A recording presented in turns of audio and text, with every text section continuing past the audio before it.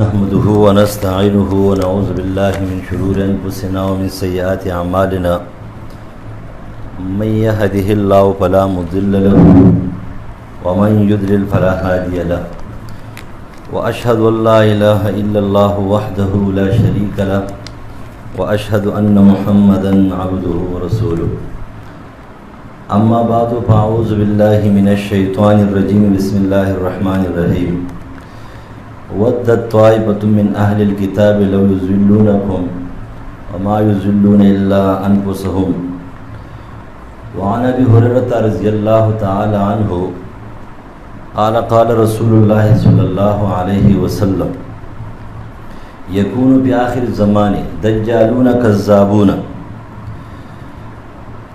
يأتيكم من الأحاديث ما سمعتم أنتم ولا آباؤكم فإياكم وإياهم لا يذلونكم ولا يفتنونكم رواه مسلم في مقدمة خوخوي یو ډله د اهل کتابونو چې تاسو ګمراه کې او تاسو نشو ګمراه کولی مګر خپل ځانونه ګمراه کوي. سورۃ آل عمران آیت نمبر 69. امام مسلم مقدمه کې د حدیث راوړل دی د ابو هريره رضی الله عنه. نبی علیہ السلام فرمایي چې په تاسو باندې یو زمانہ راشي چې په هغه زمانه کې به دروغجن دوکه‌باز د اسلام نه اړون کې خلک ظاهر رون رونق والا ډول سنگار والا استو لهجو والا دجال چې کوم دین هغه دې ته چې دغه لهجه پستوي ظاهر کې خلق ته د ترغیبات او د ترهیبات خبرې کوي او ظاهر کې خلق ته داسې خلک چې د دنیا او آخرت په بدی یو ټکی کې نخته ده او دا غي کامیابی د دین اخو بل څه کې نشته. داسې خلک برازي داسې دجال او دروغجن خلک او داسې ناشنا نوی احادیث دا به خلکو ته پیش کوي. دا خبره یاد ساتي پخوانی علما او په دې اوس علماو کې ډېر فرق دی. پخوانی چې دومره ډېر لري نه یادوم سلف نه یادوم دا زموږ د دې دور زموږ د شیخان کدا د هر ډلیو کدا د اهل حدیثو کدا د دیوبندیانو کدا د بریلیانو کدا د جماعت اسلامي یا د بلی پارټیو هغه شیخان چې هر څنګه خپل کې صفاتو یو هر درجه عزتمن خلکو یو بل چرته سپک کړه نه او دوی په کې دا صفاتو دا عجیبه مونږ احادیث کومه دا به نه پیش کول چې پای کې بچرتا معمولی ونی خبره سند بم کمزور او حدیث په موضوعي یا بل څه شي خدا خپل تایید د پاره او د یو بغاوت د پاره هغه به پیش کولونه. اوس نن سبا د هر روي دوه مخونه یو مخ دغه سپینی او بل مخ توري تور مخ چې دین هغه دغه توري یعنی خو چاوله تور کړی الزام په لګولې جرح پکړي او هغه بل طرف چې دین هغه بل ډری والا داغه طرف د صفای هغه صفا کړی رنگ مال کړی رنگ یې ولور کړی تعدیل ولا کړی. د شراوی په دنیا کې نشته کاغه وکی دی کاغه زهری دی کا علی دی کا احمد دی کا یحیی دی او کا اسحاق راوی او قتیبه دی او کا امام بخاری او مسلم او ترمذی دی. په مقدسمه کې څوک دې نشي پیش کولای چې چا دې په ګوته نه خولي ټیک ته چې اعتراض به اعتراض نه سوال به سوال نه جرح به جرح نه خو لیکن شو به د وکی غوندي انسان او عبد الله مبارک غوندي انسان چې هغه د چا تنقید او جرح نه محفوظ نه دی بل وسنګ محفوظ. خو افسوس خبره ده چې په دې زمانه کې خپل ټاکل ترازمه خدا راوي سره متعلق خبرې دي. په دې زمانه کې دا څومره غیر خلق چې دي د اسلام دشمنان په هر جامه کې چې دي دا د اسلام دشمنان په هر جامه کې چې دي دا ولي په اسلام باندې نن داسې چړ راځي مخرج د قدوس دا په چړ ولې راځي دا څنګه راځي چې موږ په خپل مېز کې دې حد ته رسیدلی چې یو بل نشو برداشت کولای نو غیر زکه سکه حمله کوي. کله چې په کور کې د کور اندرونی اختلافات دي کنه د بهر نه به حمله زر کیږي. کله چې په کور کې دنه اتفاق یې بار به څوک حمله نشي کولای.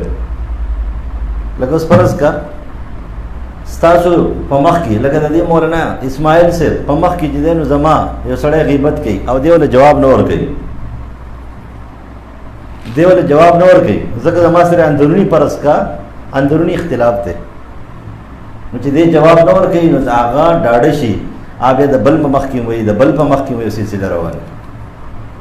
خو لیکن که دې ورته ووایي چې دا څه بکواس کې دا ته څه خبره کې نو چرته هغه بل جرأت نشي کولی چې هغه بیا حمله وکړي، هغه د حملې جرأت نشي کولی. اصل کې د اسلام او د مسلمانانو اندرون چې کوم دی نو برباد دی. اندرون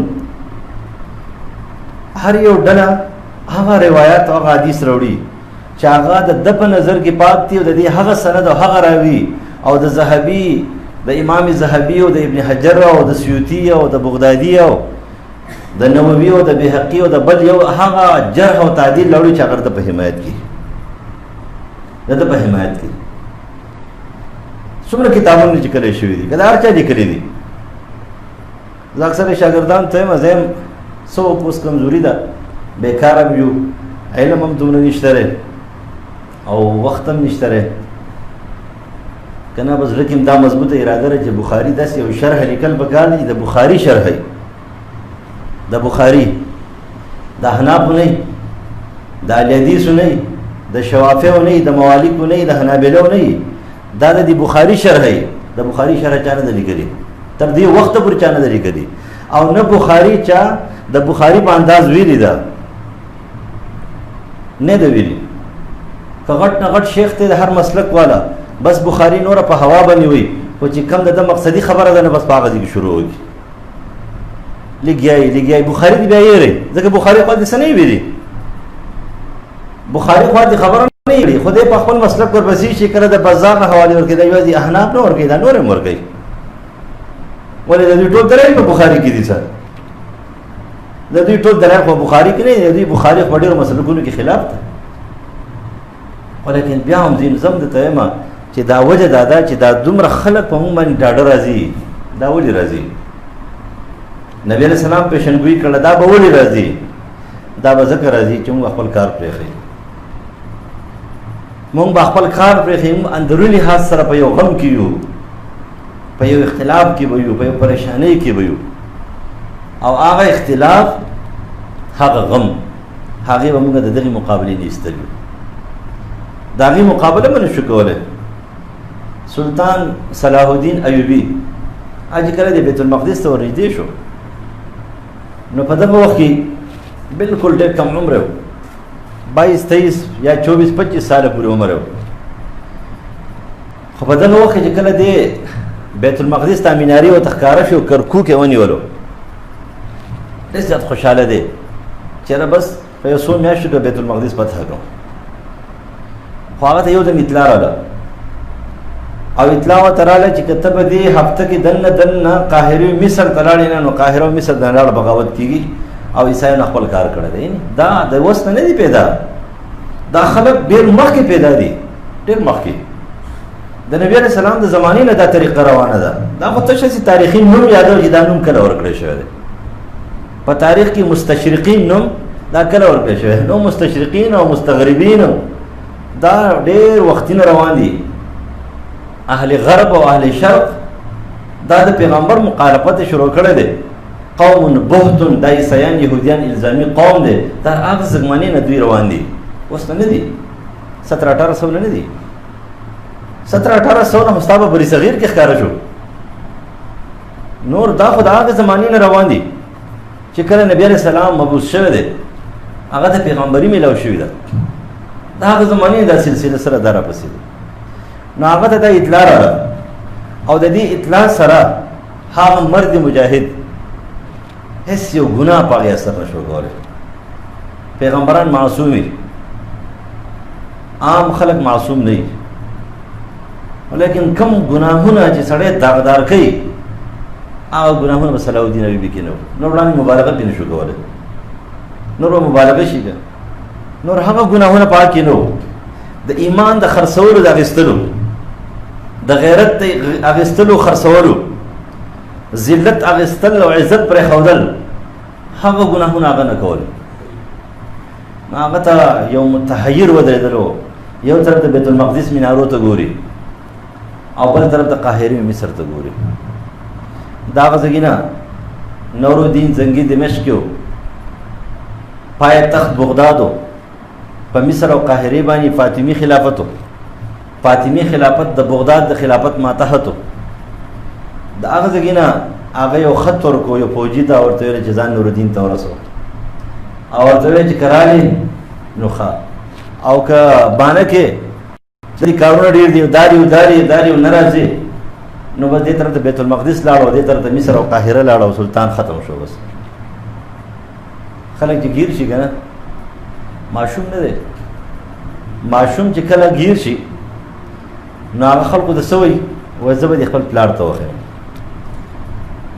او چې کله شاګرد گیر شي نو هغه که استاد بیکار استاد زموږ په شان دي نو ماته ټلیفون وکي یره جیو داسې مسله کې ګر شوم زموږ استاد خو غټ استاد هم هغه ته ټلیفون وکړو هغه د پالاسانه ما ټلیفون نه کولو اب خندل ماته به ویل پلان کې چې کله تاسو وکي نو دره تاسو جواب مې آسان نه وي ولته چې د بيزان وجلې کتابونه کتري هر څه په ځانه په ستړی کړي بیا دته ملاول شي نو چې دته ملاول شي نو بیا ډېر ګراني دغه معلومات نو ول دې پلان کې چې کله تاسو کې نو دا ډېر ګراني وي موږ وایو خو لیکن موږ چې کله گیر شوم داغه ته ټلیفون وکړو او کې موبایل نه وي د شپې یا د ورځې مطالبه کوله کنه ناس په کو ټلیفون مو ته چې دا مسله د کوم کتاب کې ده بس هغه اشاره به پوره بس اشاره سیده پسې بند کو بیا هغه ته بیا خبر ازر ختم ما جی بس اشاره باندې تر سیاد سی بیا چې حواله ته یاد شي پلان کې زی کړه سړی چې گیر شي خپل استاد ته زی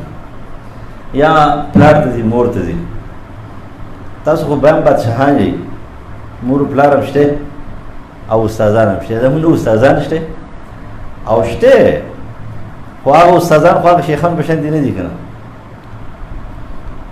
چې هغه اعتماد ولا استادان خو نشته چې دا ته وایم چې رجی دا مسله په کوم کتاب کې دا هغه ماته کتاب وخی یا ماته و چې دا حواله پلان کې یو سره د شل 15 کتابونه وخی نشي خو دې نه ما استادان شته نه ما مور پلار شته سلطان صلاح الدین ایوبی استاد خو خپل استاد ته کوم ده نو استاد ورغو ورته لاړ شه د شپې ورسېدو هغه لار به چا حمله کړو لاس زخمی و هغه زه حیران دریان شوم چې صلاح الدین نور الدین زنگی مخکې نه القا ورته شوی دی الهام ورته شوی دی څه چل ورته شوی دی بالکل تیار ولاړ نه خو له پسد زغره ده تور ډالر سره دی اس تیار ولاړ نور الدین زنگی د شپې په نیمه شپه د تهجد په ټایم باندې بالکل تیار ولاړ پوج سره ولاړ زه په شوم چې نور الدین زنگی خوبونه نه کوي اسلام علم بردار د څه خلک او چې خوبونه کوي مخې نر کټی راوړي تبه شوي مخې نر کټی راوړي کوملا مطالعه نه کوله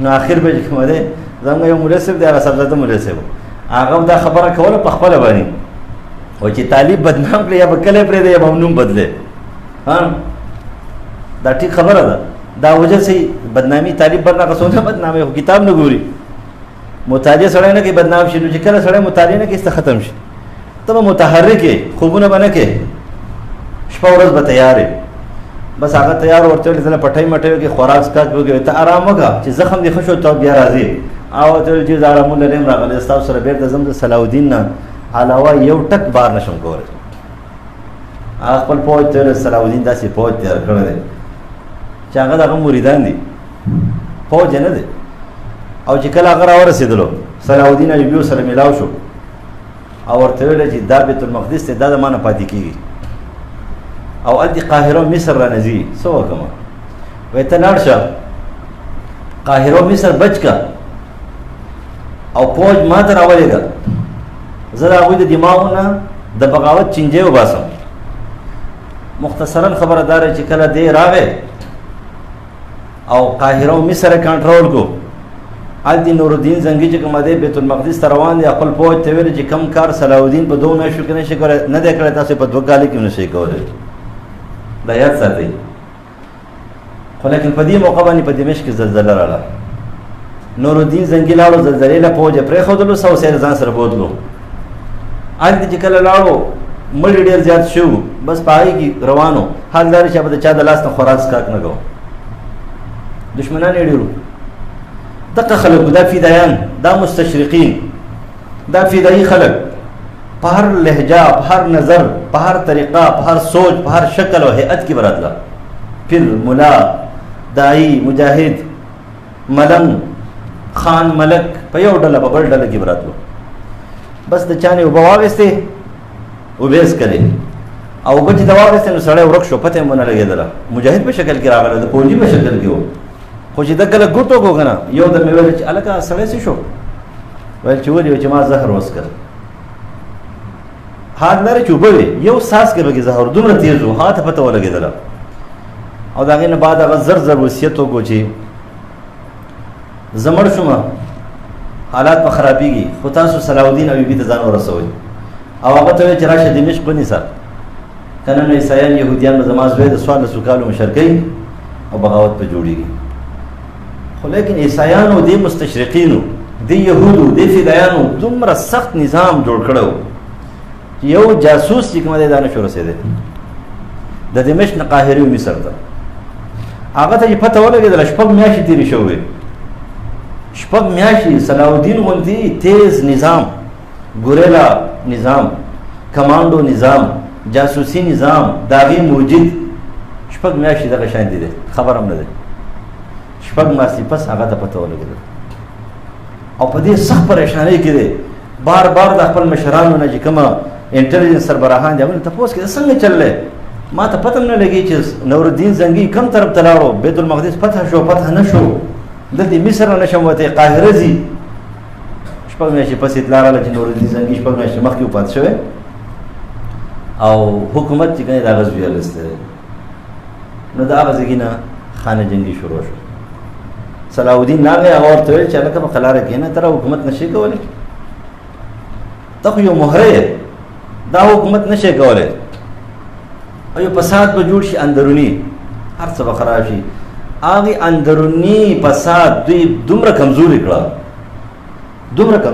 چې دوی غیر ته خارج ته یهودو عیسایانو ته دغې خلقو ته جوړ نه شو او صلاحالدین ایوبي ډېر عمر پس تاریخي روایتو کې مختلف اقوال دي راجح قول دا چې 4 کاله عمر و د هغه چې بیت المقدس یې فتح وکړو ټیک دی د هغه حکومت یې خو ډېر زر ختم کړو خو لیکن نور اختلافات او خانه جنګیانې دې حد ته ورسېدلې نو دا مسلمان چې کله اندرون خرابي نو داسې وي ځکه نبي علیه السلام فرمایي چې وروسته بعد دجالان کذابان راځي داسې خبرې به تاسو ته کوي داسې حدیث به ته بیانوي چا به تاسو نه یې اورېدلي ستاسو پلارانو به نه یې اورېدلي د دې نه ځان ساتئ چې ګمراه هم نه کړي په فتنو کې ونه غورځئ نن خلک چې دی نه داسې عجیبه غرایب حدیث وړي یا په تقریر کې یا په واعظ کې یا په نصیحت کې یا په نور بیانونو کې لہذا اولنۍ خبره دا ده چې لفظ د مستشرقین دا د استشراق نه دی باب استفعال صیغه ده او ماخوذ دی د شرق نه شرق شین ری قاف شرق روخانه ته ویل کېږي د مستشرقینو معنا څه ده موږ روخانه خلک یو زموږ ثقافت روخانه دی زمونږ نظام روخانه دی زمونږ خبرې روخانه دي زمونږ خلقو له روخانتیا ورکو خوشحالي ورکو دا د اسلام دا غوټې پابندیانې دا اوچتو دا غوټې پابندیانې اوچتو بیا د هغوی پیروکار چې څومره هغه هم دغه خبره کوي خو لیکن دا اصطلاح دا د مستشرقینو دا اصطلاح دا اول چا دپاره دا نوم ایښودلی شوی دی نو دا اولنی نوم اصفهاني قوم دا یې ښودلی دی یو کس دی د هغه دپاره په 1766 عیسوي کې چې د هغه نوم دی پادریلوس څوک یې د هغه نه پادریلوس نوم دی پکې څوک یې پادریلوس نوم دی ته اولنی اصطلاح دا په 1766 کې شروع شوې ده او دا اصطلاح یې ورکړې وه چا لره دې مردار لره او دې مردار له په دې وجه ورکړې وه چې هغه د اسلام د کمزوري کولو دپاره او د عیسایت د قوي کولو دپاره اولنی اقدام یې ښودی ښکاره نو دله اصفهاني هغې قومونو دله چې دا نوم ورکو چې د مستشرقینو مشر دی، د مستشرقینو مشر دی چې د مشرقیت د عیسایت او د هغې د پیروکارو حمایت کوي او د هغوی قوت کوي او هغه مضبوطوي او اسلام کمزوری کوي. او بیا دا لفظ د هغې نه وروستو برطانیې شروع کړو. نو برطانیې په 1797-98 کې بیا دا نوم په خپله وطن کې چې کوم مشهور کو مستشرق لفظ د دې بری صغیر دپاره دا لفظ استعمال کړو، د بری صغیر دپاره. نو خو هغوی په انګریزي کې ورته انګریزي نوم به استعمالولو، خو لیکن د دې بری صغیر دپاره دا لفظ د مستشرق چې کومه ده شروع کړو چې دا لفظ دا عام کړي چې خلکو ته پته ولګي او د دې مذهب طرف ته راشي، اسلام کمزوره شي. بیا د هغې نه پس چې د اکسفورډ چې کومه مشهوره ډکشنري ده د انګریزۍ نو هغه په 1812 کې هغې په خپلې ډکشنرۍ کې دا لفظ څه ته داخل کړو. د دې نه مخکې د انګریزۍ په ډکشنریو کې دا لفظ نه و. دا په ډکشنرۍ کې چې راغی دا په 1812 کې راغلی دی او دا داخل کړی دی پکې چا اکسفورډ چې کوم مشهور ډکشنري ده هغې یو اکیډمیک ډکشنري هغې چې کومه دی نو څه کړه دا په خپل ډکشنریو کې دننه کړه او دا زمانې نه دا لفظ چې دی نو څه دی دا بیا عام شو. اوس مستشرقین وایي څه ته دا څوک دي؟ نو د دې مختلف تعریفات خلقو کړي دي. یو کس دی هغه علي نومې دی، علي النمله، غالبا مصری دی. هغه وایي مستشرق څه ته ویل کېږي؟ غیر اسلامي دانشور،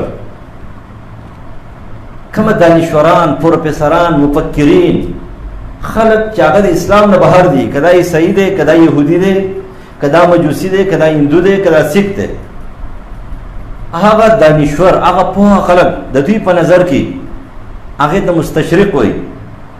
ولې ورته مستشرق وایي؟ ځکه د اسلام خلاف چې کوم دی خپل ټول ذهن، خپل قوت، خپل طاقت استعمالوي.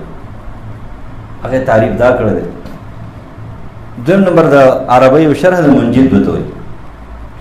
نو هغه خو دا تعریف کوي چې العالم باللغات والادب وعلوم المشرقیه. دا وایي چې کم خلک په لغت کې په ادب کې ماهر وي او د مشرق چې کوم علوم دي د عیسایت په دې کې ماهر وي نو هغې ته مستشرق وایي. خدای په خپله عیسائی دی، دا تعریف د کړی جامع تعریف نه دی، جامع تعریف دا نه دی. دریم نمبر تعریف دا هغه خلک دی د مسلمانانو په علومو په ایجاداتو باندې قالص شوي دي،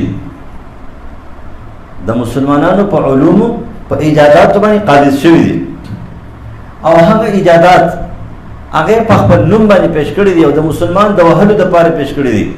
لکه د هغې مثال تاسو وګورئ څنګه مسلمان یې وهو. شیخ ابو علي سینا رحمت الله علیه مسلمان دی. شیخ ابو علي سینا د هغه ایجادات، د هغه فلسفه، د هغه منطق، د هغه مهارت هغوی دوی راواخېستله او نوم یې وله داسې ورکړو مستشرقینو د مسلمان نه خپل شیخ ابو علي سینا یې کړو. څه شول نوم کېښودو؟ ایوي سینا، د مسلمان سکول او ایوي سینا. لکه خپل سکول لپاره شیخ ابو علي سینا ولې نږدې؟ ته ولې ابن سینا په دې باندې ایوي سینا ږدې؟ دا نوم مستشرقینو عام کو. فلسفه شیخ ابو علي سینا، هغه فرمودات شیخ ابو علي سینا هغې راواخېستله او هغې د عیسایت په رنګ باندې څه کړه؟ رنګ کړه او مسلمانانو ته یې پیش کړه او مسلمان یې پرې ووهو، بدل یې کړه. چل ولې اوس یا لکه اوس فرض کا قرطبه، د قرطبه نه چې کوم کاډوبا جوړ کو، دا د مسلمان چې کوم دی لفظ دی، دا د مسلمان ایجاد دی او قرطبه چې ده نو دا د اسلام یو بهترین مرکز دی. 800 سال کې مسلمان حکومت کړی دی لیکن هغوی ولګېدله نوم یې اول بدل کو او د قرطبه نه کاډوبا جوړ کو او کاډوبا چې کوم دی نو دا یې د مستشرق په شکل کې څه کو دا یې پیش کو چې مسلمان ته وایي دا عیسائی دی، د مسلمان نوم وایي دا عیسائی دی. نو دریم تعریف دا شوی د مسلمان په علومو باندې چې کومې خلقو غلبه کړې ده، قبضه کړې ده او هغې خلقو هغه شیزونه د اسلام د وهلو دپاره او د مسلمان د وهلو دپاره اخیستي دي او استعمال کړي دي، هغې خلقو د مستشرقین وایي او دا لفظ ورسره ښه لګي، دا لفظ ورسره ښه لګي. څلورم نمبر د دې نه مراد د مغرب دانشمند دي او د هغې په باره کې د هغې وجه دا راڅرګي کېږي چې په مشرق کې پوه خلک نشته، په عیسایانو کې پوه خلک نشته دی، پوه خلک دا په یهودو کې دي او مغرب دا د یهودو نوم دی. مغربیت. نو دا وایي د مغرب هغه دانشور، هغه خلک چې هغوی د دنیا جغرافیه، د دنیا د هر مذهب او د هر مسلک علوم دای حاصل کړي دي، او بیا د هغې نباتاتي او سیاستی او تمدني او اقتصادي او معاشي دا علوم چې کوم حاصل کړي دي، او دا بیا سي د مسلمان خلاف د استعمالولو لپاره پیش کړي دي، د مسلمان خلاف د وهلو لپاره پیش کړي دي. دا د هغه مغرب دانشمند، هغه پوهه خلک دی. دې ته ویل کېږي څه شی؟ مستشرق. دویم نمبر خبره، د مستشرقینو هغه محرکات، هغه حرکتونه، هغه تحریکونه چې هغه مسلمان وهي او مسلمان یې وهلی دی، نو هغه محرکات یې څه دي؟ نو د هغوی محرکات د ټولو نمبر 1 دینی محرک دی. دینی محرک چې دینی لحاظ سره هغوی دا کوشش کوي چې عیسایت او یهودیت غالب کړي او اسلام کمزوری کړي، او د اسلام د کمزورۍ لپاره دا هغوی سره بېشماره اسباب دي، بېشماره ذرایع دي، بېشماره طریقې ورسره دي. په مختلفو طریقو باندې هغوی د اسلام چې کومه څه کوي وهل کوي. دا حافظ عبدالرحمن صاحب چې وایي چې دیوبندیت او بریلیت هم د انګریز ایجاد دی. د دې مطلب سره، د دې مطلب دا نه دی چې دیوبندیان انګریزان دي یا بریلیان انګریزان دي، نه. او د دیوبندیت او د بریلیت دا جګړه په بری صغیر کې دا د هغې محرکاتونه یو تحریک دی چې کوم د مستشرقینو تحریک دی چې هغوی په هندوستان، پاکستان چې په هغه کې بری صغیرو، په هغه وخت کې د دوی په منځ کې داسې اختلاف پیدا کړو، داسې اختلاف چې دا د قیامت تر ورځې پورې دواړه یو ځای کېدلی شي. خپل اختلافي مسلې، خپل فروعي بدعات، عملي بدعات دا نشي ختمولی. تر اوسه پورې د یو بل دشمنان دي. دا جماعت د بریلیانو دی او دا جماعت د دیوبندیانو دی. دا سلسله او دا تقسیم روان دی، دا هغې زمانې نه روان دی چې د هغوی په دې بر صغیر کې هغه دیني تحریک دا و چې دې په ذریعه باندې عیسایت خپل کار کوي، ښه په طریقې سره روان دي، یهودیت خپل کار کوي، ښه په طریقه روان دي، او مسلمان په خپل منځ کې په دې کې نښلولی دی. نو د ټول نه غټ محرک، د ټول نه غټه اوچته خبره هغه دیني تحریک دی. او دینی تحریک دا دی چې د عیسایت د قوي کولو دپاره او د اسلام د ضعف دپاره هغوی په دې خلقو په منځ کې دا خبرې پیدا کړي دي. دویم نمبر سیاسی تحریک، سیاسی محرک. سیاسی محرک هغه هم دا دی چې کله د سوشلیزم نوم راښکاره کوي، کله د کمیونیزم نوم راښکاره کوي، کله د کیپیټالیزم نوم راښکاره کوي، کله چې دی نو په یو شکل کې راځي، کله په بل شکل کې راځي، کله په بل شکل کې راځي.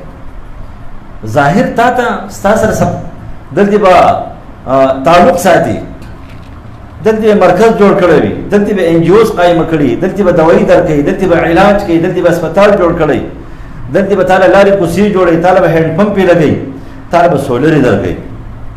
لیکن کار به څه کوي؟ کار به د خپل عیسایت دپاره کوي، کار به د خپل یهودیت دپاره کوي، کار به د اسلام خلاف کوي، اسلام به کمزوری کوي. ته کمزوری نه کو، څنګه کمزوری نه؟ په دې ځای کې داسې یو اسپتال ایمرجنسي به کې جوړه شوه، په دې اسپتال کې MRD څه شی و، څه نوم باندې و، هر مسلمان هغه به د هغوی صفت کو. انګریزان وایي لاړ شه د هغوی اسپتال ته ورشي، ایمرجنسي ته ورشي، پای کې AC لګېدلی، دوایي پرې ده، بلکل تکلیف پکې نشته، اپریشن داسې دی، صفایي داسې چې پلانکې دار یې، پلانکې دار یې، پلانکې دار یې. او دې بل ورشه پاکستان ته وګوره، مسلمان ته وګوره، د هغه اسپتال له ورشه، تا به هم ویله، ده به هم ویله، ده به هم ویله، بل به ویله، هر یو به ویله. یعنې دا سیاسي تحریک دی دا وایي چې مسلمان په دې طریقه باندې وهي. حال دا چې دا کارونه NGOs، دا غیر سرکاري ادارې، د دې ایجاد عمر فاروق کړی دی. عمر فاروق رضی الله عنه اول ایجاد الفاروق لګي، اول هغه نه کړی دی، دا ایجاد کړی دی د مکې نه والا مدینې پورې، د نجد پورې، دا خیبر پورې، چاپیره د سمندر پورې، په هر لاره باندې هغه به چې دی نو په 10-15 میله فاصله کې د یوې ورځې فاصله 14 میله تقریبا راځي د وخت په فاصله باندې، په 15-16 میل کې هغه به یو ځای جوړ کړو. هلته به یو کس و دا هغه سره به کجوري وي، دا سره به خوراک و، دا سره به څښاک و، وختي طور چې کوم علاج معالجه وه هغه ورسره وه. کله چې په دې ځای باندې څوک راغله چاته به تکلیف و، شپه به وه، شپه به یې ورله ورکوله. خوراک ضرورت و خوراک به ورله ورکوو، د اوبو ضرورت اوبه به ورله ورکول، د علاج ضرورت و علاج به ورله کول. دا خو ایجاد هغه کړی اپنی مدد آپ کارونه پخوانه خلکو نه کول، اوس دې خلکو خپل اپنی مدد آپ کارونه پرېښي دي، پرېښي دي که لکه ستاسو اوس تپوس وکړم، لکه د ستاسو د بت په ورځ صفایي کوئ، د بت پر صفایي کوي که نه، لیکن دا خو فرض نه ده چې یاره طالب په یو ځای کې اوسېږي نو دی دې خامخا د بت په ورځ صفایي کوي. اوس که په لاره کې څه شی پروت و قسم دی که وله ګوتې ور وړي، بله په دغه ځای کې یو بوتل پروت و، زه قصدنه مدد یې 2 منځونه پرې واغوښتم راواغوښتم، مال چېرته ګورم چېرته څنګه چل کوي، نو بیا دا حضرت علي چې کومه دی نو بس ما اوچتو نو دی راغی نو د زمانه واغېست. حال دا چې ما کتل چې شل طالبان په دې واغوښتل راواغوښتل، نه که نه اپنی مدد آپ کار پرېښودی شو که مسلمان تش هغه کار کوي د ډیوټي ده، هغه ډیوټي هم پوره سرته نه رسوي. هلته هغوی ولګېدله سیاسي تحریک یې پکې دا راوستلو چې د مسلمان توجه یې ځان طرف ته کړه، او چې کله توجه ځان ته کړه نو دجال پسې به خلک منډې ولې وهي، د هغه سره به دا محرکات ورسره وي، دا د مستشرقینو ظاهري ډانچې به ورسره وي، مال دولت به ورسره وي، خلک بسې ورپسې. نو دریم نمبر چې دی نو د هغوی لوی محرک دا سیاسي محرک. دریم نمبر اقتصادي محرک. اقتصادي محرک دې ته ویل کېږي چې خلک پورې خاندي، څنګه چې په هغه زمانه کې یهودو خندل چې مسلمانانو ته به ویله چې څه د کمزورۍ ان الله فقیر ونحن اغنیا، په هغه وخت کې به ویل دا خو تاسو د فقیرۍ مذهب خپل کړی دی، دا خو د غریبۍ مذهب دی، د ولږې تندې مذهب دی. ستا په مذهب کې څه دي؟ جامې پکې نشته، پیزار پکې نشته دی، خوراک پکې نشته دی، راحت پکې نشته دی، آرام پکې نشته دی، هېڅ هم پکې نشته دی. نو تاسو ته پته ده چې کوم شی په سختۍ حاصل شي د هغې قدر وي، د هغې قیمت وي، د هغې مرتبه وي، او چې کله سختي ورسره نه وي که نه. تاسو کله کله داسې ګیله وکړئ، دا خلک ګیلې کوي، طالبان ټولې ګیلې کوي، دا نه ګیلو رسمې ښځې دي نو ګیلې ډېرې کوي، بس ګیله او ګیله او ګیله. 11 کاله تېر کړي، تا ته پته ده د ډوډۍ چې خوراک څښاک د پکي او د څه شي او د څه شي د دې ما چېرته زما یاد نه شي چې ما شیخ صاحب ته نعوذ بالله چې یاره دا مې خفه کړی، یا چېرې داسې چلو شو، ډوډۍ نن نشته دی، پلانکې نشته دی، دا داسې چلو شو، دا هغه چلو شو، او نن طالبان ټولې ګیلې دي، شکوې دي، فریادیان فریاد کوي. فریاد مه کوه، کم شی په سختۍ حاصل شوی په هغې قیمت و قدر وبکړي. تېر شوي علماو په سختۍ سره علم حاصل کړی و، د کاڼي کرښه و ستر الحجر و، نه ورانېدله. نن راحت دی، د شګو چې کوم دی کیله ده چې په شړ بیابان کې ناست یې په شګې باندې لکه دا خپل نوم لیکي او هغه ورانې، نوم لیکي او هغه ورانې، یا په خپله نه ورانې په خپله ورانېږي. زموږ علم چې دی نو دا د راحتونو شکار شو، او د راحتونو شکار چې شو نو مثال هم دغه شی لکه په اوبو باندې په هوا کې لیکل کې بس اذا وجد فتلاشه کلام اللیل یمحوه النهار، بس د شپې خبرې لاړې د ورځې سبا سره ختم شوې، چې کله فارغ شي بس مدرسه هم لاړه، بس شام لاړه، شل ګزه خامتام لاړه، هر څه ختم شو. سخت او برداشت کې. نو د هغه وخت نه به دا د صحابو ته ویله دا د غریبۍ مذهب دی، نعوذ بالله الله فقیر دی، مونږ مالدار یو، دا پیغمبر نعوذ بالله محتاج دی، 2 ورځې 3 ورځې په خپله دته روټۍ نه میلاوېږي، ابو هريره رضی الله عنه د ولږې د لاس سره غورځېږي، بېهوشه کېږي. تا څنګه یې ته د قرآن د حدیث علم کې او ته نهر توهرې، د قرآن او د حدیث علم دا به تا نهر توهر کوي. دا خبره یاد ساته، د هغې وجه دا ده قرآن او حدیث په څېړ کې ایمان زیاتوي. ایمان اوس ایمان او امتحان خو لازم او ملزوم دي، چې امتحان نه و نو په خپل ایمان ویرېږه، او چې امتحان و نو بیا ته پوه شې چې ایمان کې زما صلابت دی، زما په ایمان کې کلکوالی دی، چې من کان فی ایمان صلبة ففی الامتحان صلبة، د چا په ایمان کې صلبت وي، کلکوالی، امتحان کې صلبت وي. اشد الانبیاء چې ډېر سخت په بلاګان کې اشد البلاء الانبیاء ثم الصالحون ثم الامثل فالامثل، دا به پکې وي. نو اقتصادي حملې در باندې کوي. دریم محرک اقتصادي تحریک دی، د هغه ځای کې یو شی رالیږي، د انجوز په شکل کې یو شی رالیږي، یاره مسلمانان ډېر غریب دي، ډېر محتاج دي، تر دې پورې چې دا په آخر کې پټاکه خبره وکړه چې مسلمان هغه د $100 لپاره خپل مور هم خرڅوي. مسلمان په $10 خپل مور هم خرڅوي. او بیا پښتون، نو پښتون خدا تعالی ز ټوپ نشي واله. پښتون اسلام ته فائدہ نه ورکړي، سیوا د تاوان. خلک یې پښتنو دا کړی. د پښتنو شاعران چې د اسلام څومره توهین کړی دی، دومره توهین يهودو نه دی کړی، مشرکانو نه دی کړی، هندوانو نه دی کړی، سیکانو نه دی کړی. ور مشرکانو په الله پسې نه دی ویلي، يهودو د الله په شان کې څه نه دی ویلي، عیسایانو د الله په شان کې څه نه دی ویلي، نور خلقو د الله په شان کې څه نه دی ویلي. پښتون د الله په شان کې خبرې کړي. لکه پښتون یو دله شاعر تیر شوی چې هغه خسان ناس ورته ویل چې هلکه د الله په طریقه در باندې تقسیم وکړم که په خپل طریقه تقسیم وکړم، وایي د الله په انصاف باندې وکړل ښه. دله چې دی نو $100 ورکړی، دله $100 ورکړی، دله $10 ورکړی. وایي دا دې څه وکړه؟ وایي دا د الله تقسیم دی،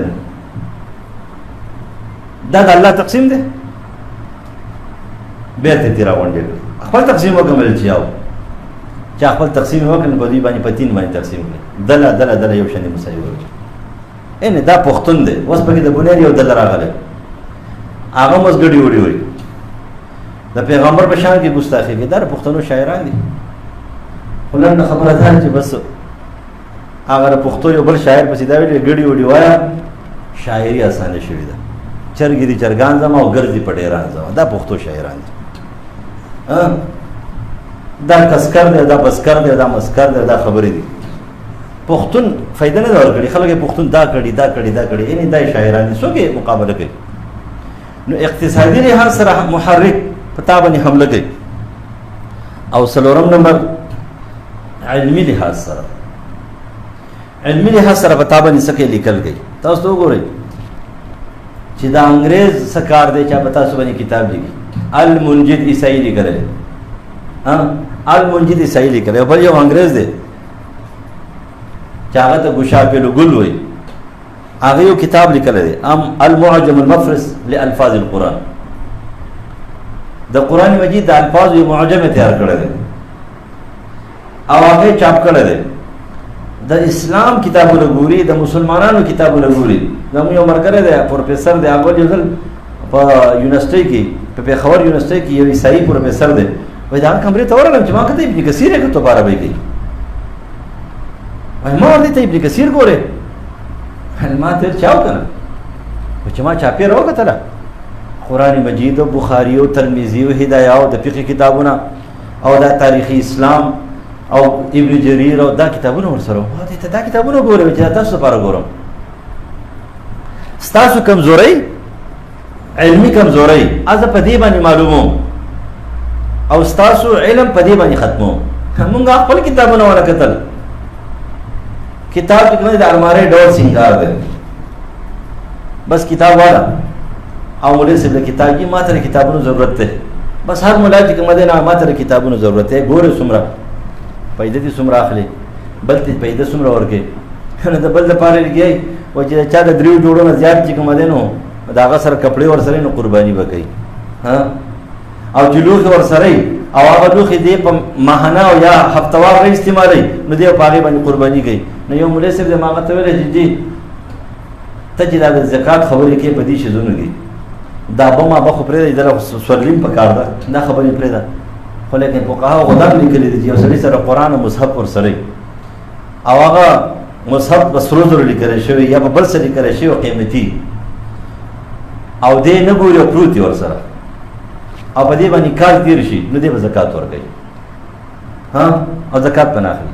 یا سره کتابونه ور سره دې نه ګوري نو ما ته چې دا کتابونه دې بلا غوستي د خلکونه او په خلکو دې راغختلي سعودي نه د یو ځای نه د بل ځای نه او تر قاضي خان نه علاوه ټکه کتاب مان نه ګوري، نه بخاری ګوري، نه بخاری شرح ګوري، نه بتا مې زکات نه لري. تاسو کوم زکات نه ورکړه؟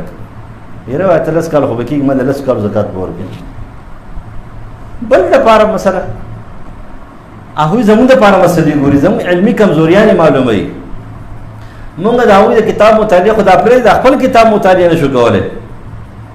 کله خپل کتاب مطالعه دی وکړه برابر به پخوانه چې کله ستاسو په دې وطن کې سوشلیسټو چې کوم دی نه خپل کار شروع کو خوبچي چې کوم دی هغه الکان په مدرسو کې یا په کالجونو یونیورسيټو کې چې هغه به تیز خلکو هغه ورته معلوم شو او په هغې پسې ولګېدل هغه به اخیستل پیسې به ورته ورکولې تاسو ته پته ده د چا د کتاب د کتلو نه منې کوو د مولانا مودودي رحمت الله علیه د کتاب د کتلو نه منې کوو چې د هر چا کتاب وګورئ خو د مولانا مودودي کتابونه به نه ګورئ نن مولانا مودودي غریب لاړو څوک ورته یو نوم ورکوي څوک د بل نوم ورکوي څوک د بل نوم پخوانه به اغیارو فتوې لګولې اوس هغه چې د جماعت اسلامي په خېټه کې د جماعت اسلامي په مدرسو کې د مولانا مودودي د شاګردانو په مدرسو کې د هغوی په شاګردۍ کې پاتې شوي خلک دي هغه مرداران اوس دا ګډې وډې وي خیر زر به قادیانان شي تا ته پته دا خلک بچ کېږي نه څوک چې اثر قبلې که نه دا زر قادیانې کېږي یا پروزې کېږي نن دې پلاوړه نه دې پلاوړه الحمدلله 97 کې 22 دسمبر 1997 کې فارغ شوی او تر دې وخته پورې داره اگست 2019 شو خو چې په هغه وخت کې مې څه لیکل دي که نه دا تفسیر چې دا کومه کاپۍ راسي تاسو ته پته دا په 1998 کې مې لیکلي دي 17 جنوري 1998 دا کاپۍ ما په 1998 کې لیکلي خو زه ورته اوس ګورم دا ما لیکل څنګه دي دا دومره حوالې دا دومره کتابونه شپه ورځ به مې لیکل کوله ناست به مو سره بله په سلو کاپۍ مې چا پکې ځینې پټې کړم دي پیداتونه هم شرح لیکلو هغه یو مولوي صاحب یې وړه بس لاړو افغانستان ته لاړو هر څه یې وړه اصول شاشي مې لیکلو هغه یې مړې ده بل یو شرح مې لیکلې وه دا ما په 98 کې لیکلې خو چې کومه خبره مې د استاد نه اورېدلې ده او کره چې نه ده نو په ټایم مې پرېښې ده کوټه خبره مې نه ده اخیستې بدلېږم نه اوس پورې یم داسې به یم او یې به تحقیق کې به کله زیاتې کمې راځي خو لیکن بدلېدل به نه نو هغوی ورته ویلې چې د مولانا کتابونه به نه ګورئ کله چې تاسو د مولانا کتابونه ګورئ تاسو سوشلیست نشئ جوړېدی لیکن موږ نن د هغه کتابونو سره دښمني دا وګورئ د هغه کتابونه وګورئ جوهر یې وګورئ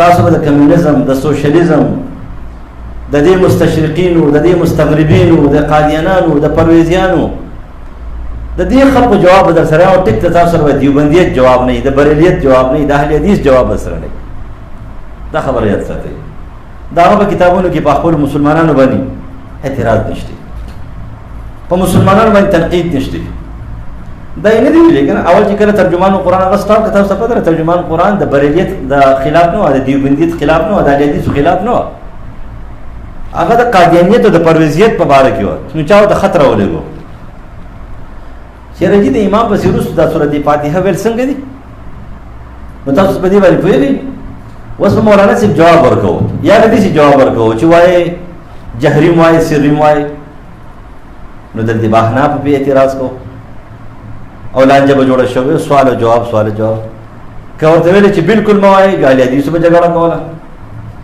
که فرض که د اعتدال په دې لار باندې روان لکه څنګه چې مونږ روان یو په جهري کې مه وایې په سري کې وایې جو بیا به پالې حدیثو کې شمارو بیا به احنافو سره نه منو نو د ترجمان القرآن نه به د احنافو د اهل حدیثو او د بریلیانو د دیوبندیانو د فروعي اختلافات یو کتاب جوړ شوی دیوبندیانو بریلیانو احنافو پلانکې او حدیث دا مسلې به جوړې شوې قادیاني د پروزیتو په ځای باندې مستشرقین پاتې شوی نو هغه یو جواب ورکړو هغه ورته ویله وایي د دې تپوس به د جومات ته امام نه وکړي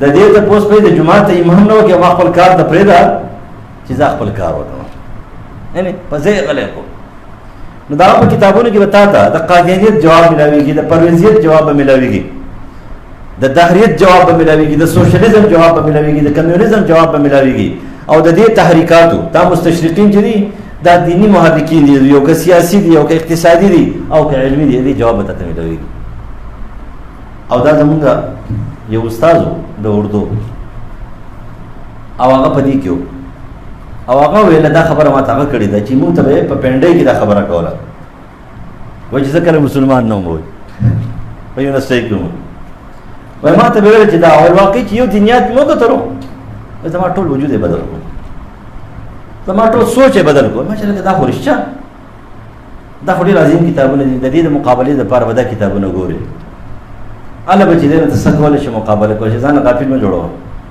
علم به دې کوي، اعتدال به در پکې موجود وي، فسادي به نه، باغي به نه، دا د بغاوت سوچونه به در پکې نه، خپل وطن ورانې. دا ټول هندوان او د هندوستان هغه مسلمانان چې ځان ته وایي هغه ټول چې کوي د هندوانو سره کلک ولاړ دي، دا یو کشمیر په مسله کې. او ستا هغه چې کوم دی په اختلافاتو کې دي، مولیان دې حمایت نشي کولی، پټاکه د کشمیر د دغه نوم نشي اخیستی.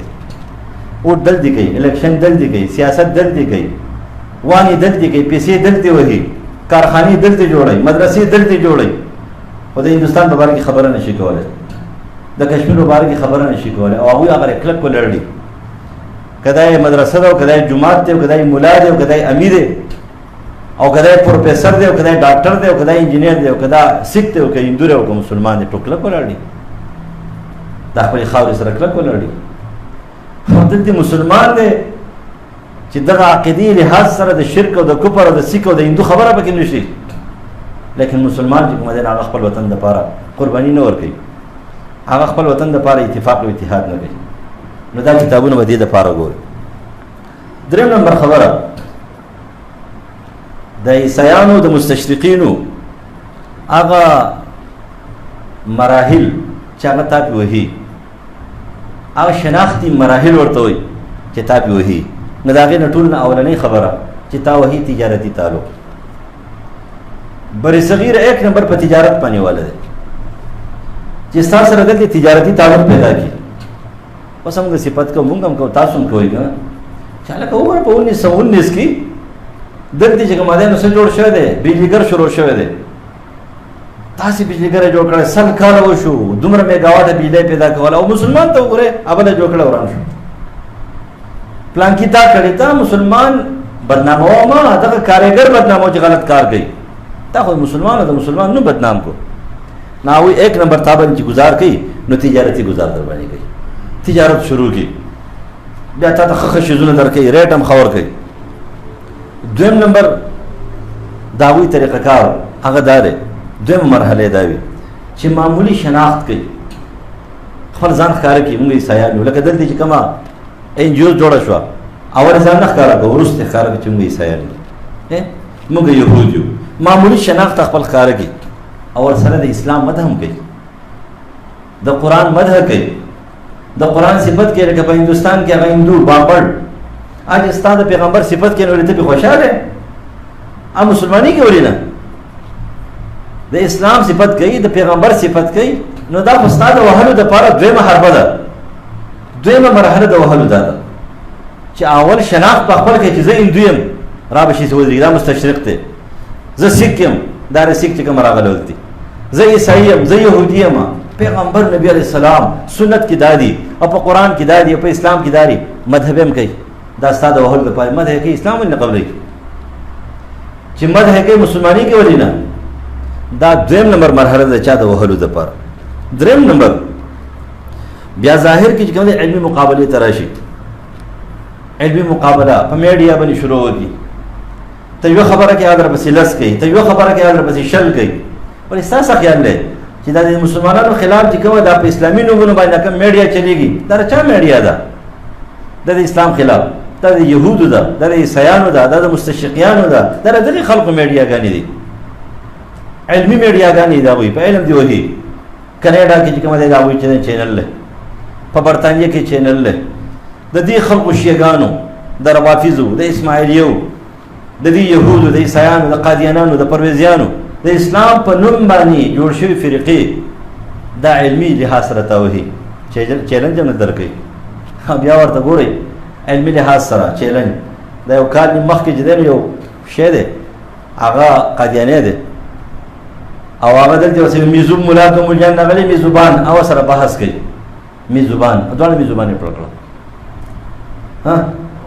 دا د هغوی طریقه کار دی چې په دې طریقه کار باندې څه کوي، دا وهل کوي. نو تا به وهي په دې باندې علمي مقابله به دې کوي. څلورم نمبر نشر کتاب، مجانا خپل کتابونه تقسیموي.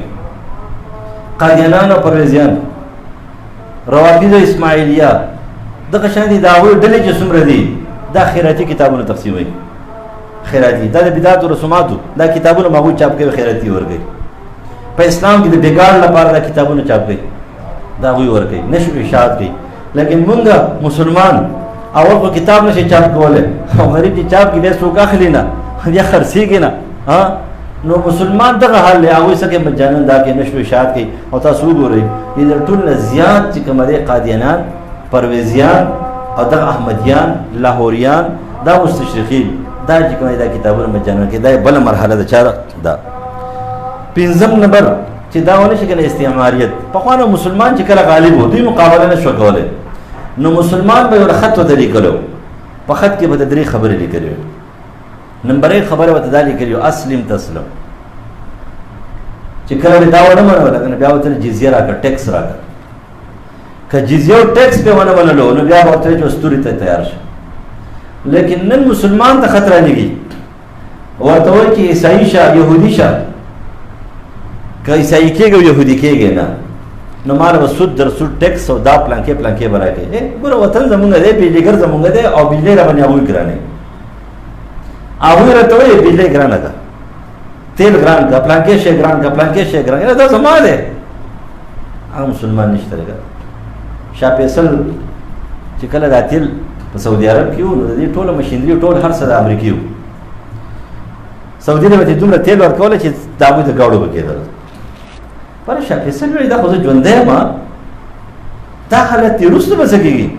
بس هغه مکمل طور باندې ټول هر څه بند کړه، او امریکې ته ویل راشه خپله مشینري وړه، تیل ختم، تیل نه راوباسم او نه تیل ته ضرورت شته، اوښان شته. دغه ځای کې په امریکې اور بل شو.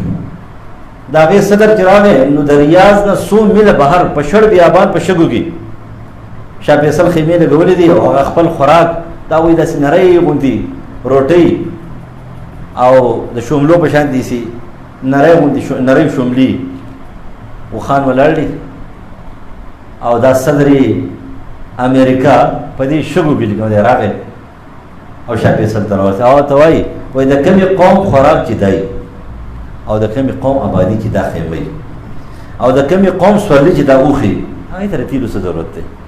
هغې ته د امریکې څه ضرورت دی؟ سیده ځه، نه درله تیل در کوم، مشینري دې خپله وړه.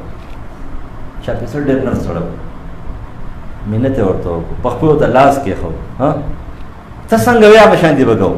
ویل ښه چې زه څنګه ویم، ستا ورکر له به زه مزدوري ورکوم، ستا د مشین به زه تا له مزدوري در کوم. نو تیل زما دي، زه هر وطن له ورکوم، زه چاله م ورکوم، په تا دې زه خرڅوم، څومره زه تاله در کوم در کوم، ستا په دې کې څه کار نشته، هر څه به پابند.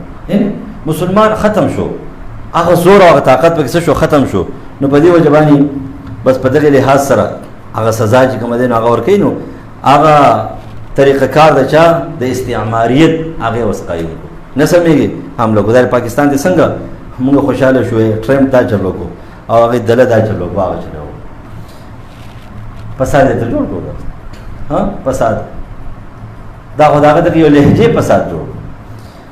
څلورم نمبر تنقیدي لحاظ سره اعتراضات کوي.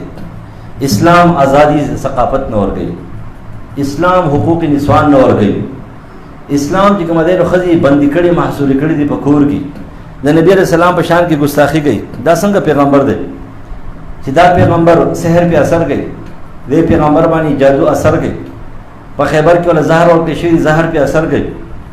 نعوذ بالله دا په شان کې دا ګستاخي چې د 9 کالو ماشومې سره چې دی نو د 58 سال او د 56 او 54 سال انسان چې نکاح کوي، دا صحابه دي، دا پیغمبر دی. دا اعتراضات، دا تنقیدي اعتراضات. معجزاتو نه انکار کوي، اله د ګوتو نه اوبه راوځي، د ګټې نه اوبه خو راوځي، دا خو عادت مني، خو د ګوتو نه اوبه راوځي، معجزې نه انکار کوي. بیا تنقیدي اعتراضات کوي په مسلمانانو باندې. څه وکړو؟ اسلام کې خدا دی، بریلیت دی، دیوبندیت دی، او شافیت دی، او حنفیت دی، او پلانکې شی دی، مقلد دی او غیر مقلد دی. دا اعتراضات، دا تنقیدات څه شي، دا شروع شي، دا د هغوی تنقیدات دي، دا پروپیګنډې ورکوي. ما یو ځل خبره کړې وه، اوس هم کومه، بیا هم کومه، غټ اختر کې چېرې د قرباني د ټولو غوره قرباني چې ده په ګډباني ده، لمور ښکرور ګډ، ځکه چې دا او 1,000 پیغمبرانو کړې ده. بیا د هغې نه پس چې ګڼې د ګډ قسم، بیا د سیرلي قسم دې پسې راځه، اوښ او غوا وغیره په میخه قرباني کېږي، خو ما په 5 نمبر کې د ګډ نه مه غوره کوئ. خبره خو ما داسې کړه، اوس هم کومه که نه، او ټیک خبره ده که نه، ټول کتابونه لیکلي ده. خو پروپیګنډه شروع شو چېرې دی وایي په میخه قرباني لګوي. دا پروپیګنډه څوک کوي؟ نو دا هم دلته شته دی. دا چې ځان ته کلک د حدیثو ماهرین وایي او په حدیثو کلک ولاړ دې مستشرقینو چې کوم دی نه هغه شی پروپیګنډه کو. دا ځان د مسلمانان وایي. دا پروپیګنډي چې کوي چا په اشاره باندې کوي. بس ورځ پته ولګېدله په دې رباط کې ختم وخت دا چا چیټ راولې زنانو ختم بخاري وه. هغه ما چې وضاحت وکړو هغه چې جي دا خبره خو په پلانکي ځای کې یو کس و چې دا خو هغه پلانکي کوله مال ښه ټیک ته ټیک پوه شوم. دا خلک ټول همدغه خلک نو دا شروع شي تنقیدات انکار کوي سحر جادو. آخري خبره د ټول نه خطرناک وار دا وایي مسلمانانو کې فرقې جوړول، په مسلمانانو کې فرقې جوړول، ډلې تپړې جوړول، دا د هغوی کار دی. دا شیعتوب هغوی ایجاد کړی دی. نوم د مسلمانو له ورکوي کار پې خپل کوي. اوس دې د خلک مونږ هم وایو ګمراهي فرقې فرقې ضاله کرامیه او مرجیه او جهمیه او لادریه او عندیه او عنادیه معتزله او خوارج دې د خلک ګمراهي فرقې وایي د مسلمانانو. حال نه چې دوی د مسلمانۍ دپاره کار نه کوي، دوی د هغوی دپاره کار کوي.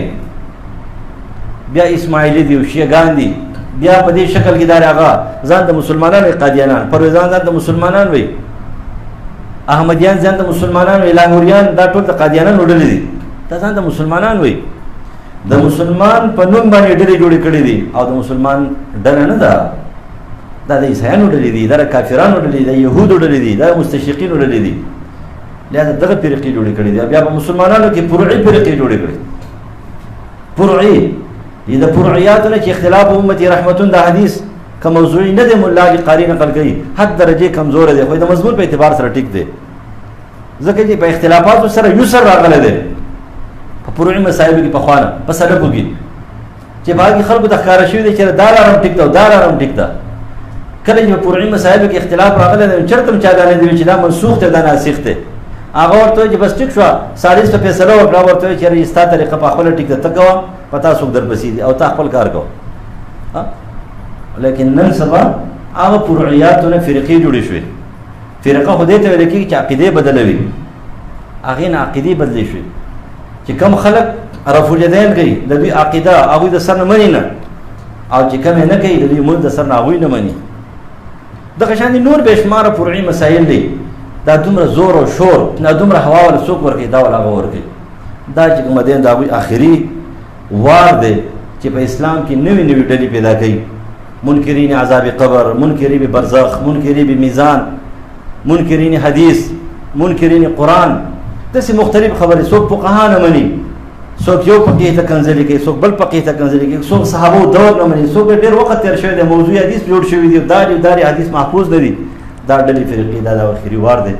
لهذا دا یو څو خبرې څه منتشر خبرې، نو موضوع ډېره ګرانه ده خو بیا راغونډول یې ګران دي. نو دا یو څو موضوع دی زده کړې خو خپل سبق وایي. ټیک ته ټاپک مې ښودلی و خو په کار خو د علم ټاپک مې ښودلی چې اولنی درس و، خو زه دام صحیح دی. الله تعالی دې مونږ د هغې مقابلې ته تیار کړي او چې کوم قوتونه دي الله دې هغه مونږ له راکړي.